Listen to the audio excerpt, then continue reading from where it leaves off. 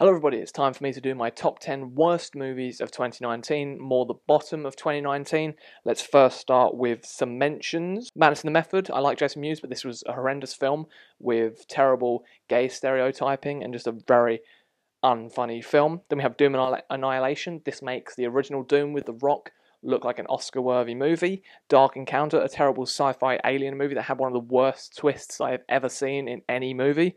In the Tall Grass, the Stephen King adaptations to Netflix have been pretty bad so far, and this just added to that badness even more. Wrinkles the Clown could have been a great documentary, but was absolutely horrendous and laughable with what it did. So let's get into the top 10 of 2019, top 10 worst movies of 2019. I didn't get to see everything that I would have wanted to see this year, but I did push myself to see a lot of bad movies for some reason. So first off, in at number 10 is Glass from M. Night Shyamalan. I completely forgot this film came out. I was looking through stuff to figure out what would be in this list this year. I saw that. This film, when you look back at Unbreakable, it's an alright movie now.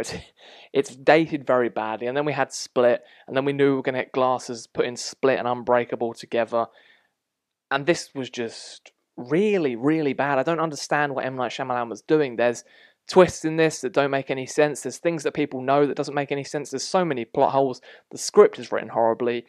M. Night Shyamalan at one point wants to show that he knows pop culture and music culture, and is like, hey, Drake's not dating Nicki Minaj anymore. This just, when it's meant to be Wig or whatever, the kid that he plays, I forgot the guy from Split. I'm forgetting actors' names today. James McAvoy, don't know why I forgot James McAvoy's name, but James McAvoy, he tries his hardest in this, but Bruce Willis just phoned it in. Samuel L. Jackson, you can tell he doesn't really want to be there. And just everything about Glass didn't make sense. But it's not the worst of this list, so that's why it's in at number 10. In at number 9 is Men in Black International with Chris Hemsworth and Tessa Thompson being the new Men in Black, with even jokes like Emma Thompson being like, oh, don't get annoyed at me for it being Men in Black. I'm a woman, I don't like it too. It's horrible. This film is absolutely horrible. The Les twins, those breakdancers, star in this movie as the twins. They're going to be in another movie in this list later on. It's a film that tries to make you forget that Men in Black exists, almost. It doesn't pick up on any of the things from the previous films. It just goes straight into it. Doesn't talk about any of the characters from the previous films. And it's just like, hey, here's some new Men in Black. We're going to throw it at you. This is what happened because they were meant to do 23 Jump Street mixed with Men in Black. But this is what we got instead. And it's an absolutely atrocious film. It wasn't funny, it wasn't fun, and it's just incredibly, incredibly bland, with the most, like, not unique in any way with its story, the most obvious story that we have seen before. I hated this a lot, but it's only in at number 9, so it's just going to keep getting worse and worse. In at number 8 is The Gallows Act 2. I've already reviewed this on my channel. You can go back and look at that. The Gallows Act 2 is the sequel to The Gallows. Somehow this film made that film look better than it was, which I don't think was possible. But The Gallows Act 2 was just pushed straight to video on demand. Didn't get a cinema release like the first film. Was a horrible drama romance that wanted to be a horror as well, but didn't work in any way. Really dragged, was really boring, and I hope they just end this franchise now, because they shouldn't have even bothered with this film, because it adds nothing to an already horrendous film. In at number 7, we have I Spit on Your Grave, Deja Vu. Yes, we really need a sequel to the original I Spit on Your Grave after 40 years. This has to be one of the worst things that I have ever seen. One of the worst films I've ever seen. It's not just one of the worst films of the year. It's just one of the worst films ever. It's absolutely laughable. The script is atrocious and all over the place. The editing is all over the place. The practical effects are laughable at points. The storyline makes no sense.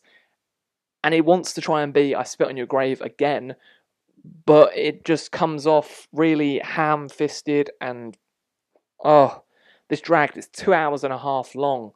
This didn't need to be 2 hours and a half long. You really, really, really feel that runtime, and I wish they hadn't have made this film. In at number 6 is Ma. Does everyone remember that film?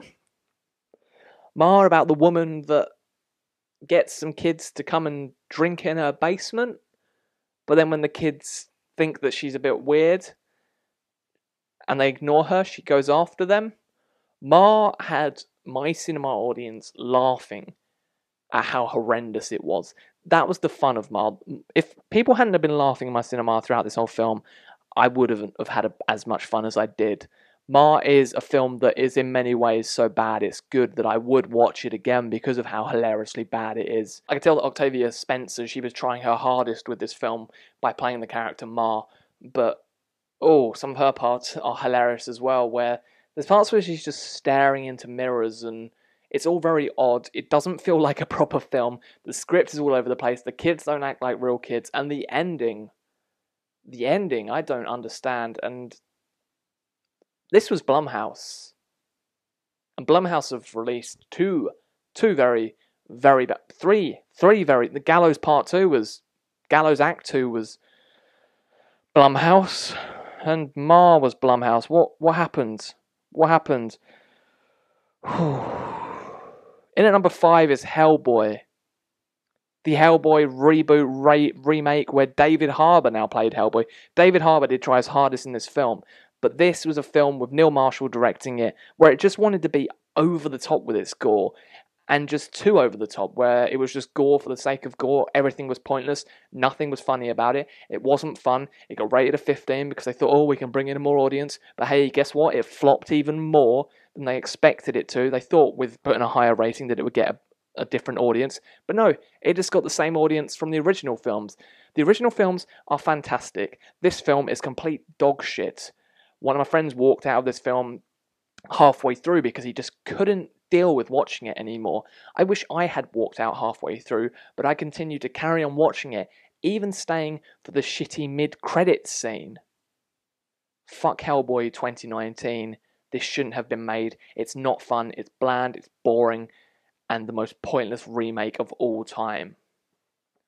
Except for number 2 on this list. In number 4 is XMen Dark Phoenix, where great actors get given a dog shit script and deliver a film that feels like X-Men Last Stand. But guess what? This makes X-Men Last Stand look good. How the fuck do you do that?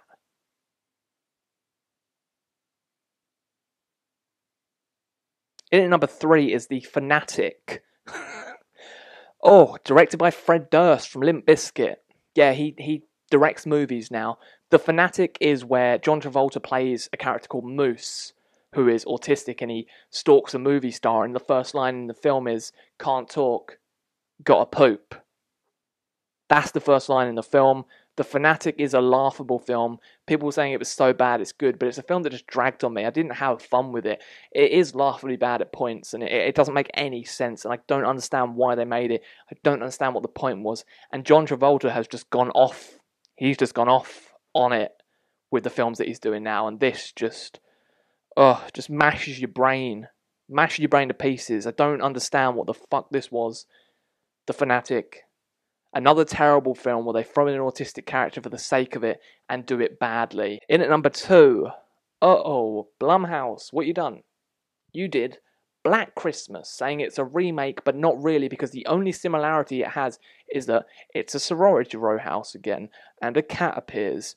That's the only things. And a phone call happens at one point and tries to be a little homage to the original, but is just bad. Like bad. Black Christmas, bad Christmas.